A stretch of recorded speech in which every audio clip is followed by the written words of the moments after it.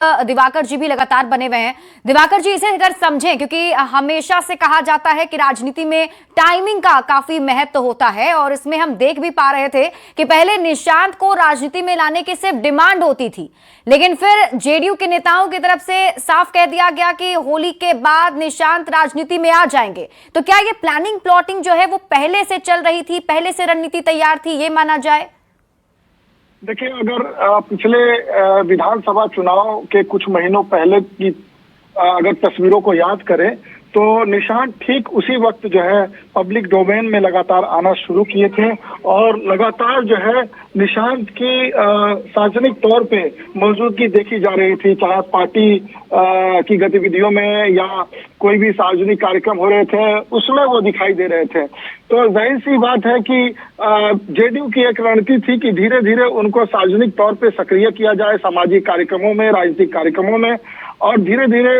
उनकी तस्वीरें आनी शुरू हो गई। फिर उसके बाद विधानसभा चुनाव हुए, और विधानसभा चुनाव में आप याद कीजिए कि जब जब नीतीश कुमार के सेहत को लेकर और नीतीश कुमार की कार्यशैली को लेकर विपक्ष ने सवाल खड़ा किया तो उसका करारा जवाब जो है निशांत कुमार से दिलवाया गया। तो ये सोची समझी रणनीति थी कि निशांत कुमार को सक्रिय किया जाए, और अब ये सही वक्त आ गया है निशांत कुमार के लिए, जेडीयू के नेताओं के लिए, कि जब नीतीश कुमार को लेकर विपक्ष लगातार जो है हमलावर है कि उनकी सेहत गिरती जा रही है, और कुछ नीतीश कुमार के कार्यक्रम हुए हैं जिसमें कुछ ऐसी तस्वीरें आई जो नीतीश कुमार की शख्सियत दिवाकर जी, यहाँ पर गौर करने वाली बात एक ये भी है कि मंत्रिमंडल का विस्तार भी रुका हुआ था, तो क्या ये माना जाए कि इसीलिए उसे भी रोक कर रखा गया था? आने वाले दिनों में तस्वीर कुछ और होगी? बिल्कुल, राजनीति में कोई भी अपने जो है चाल, अगर कोई पार्टी चल रही है, कोई भी अगर अपने पासे फेंक रही है तो बात के लिए भी अपने कुछ पासे बचा के रखती है कि अगर इस तरह के हालात होंगे तो उस वक्त क्या डिसीजन लेने होंगे, कुछ फैसले लेने होंगे। तो जाहिर सी बात है कि जब मुख्यमंत्री के साथ जो है मंत्रियों का शपथ ग्रहण हो रहा था तो कुछ जो है मिनिस्ट्रियल बर्थ को बचा के रखा गया था कि राजनीतिक परिस्थितियां जैसी होंगी उस तरीके से कुछ और विस्तार किया जा सकता है, यानी मंत्रिमंडल का विस्तार किया जा सकता है। अब वक्त ऐसा आ गया है कि नीतीश कुमार जब राज्यसभा जाएंगे तो जाहिर सी बात है कि एक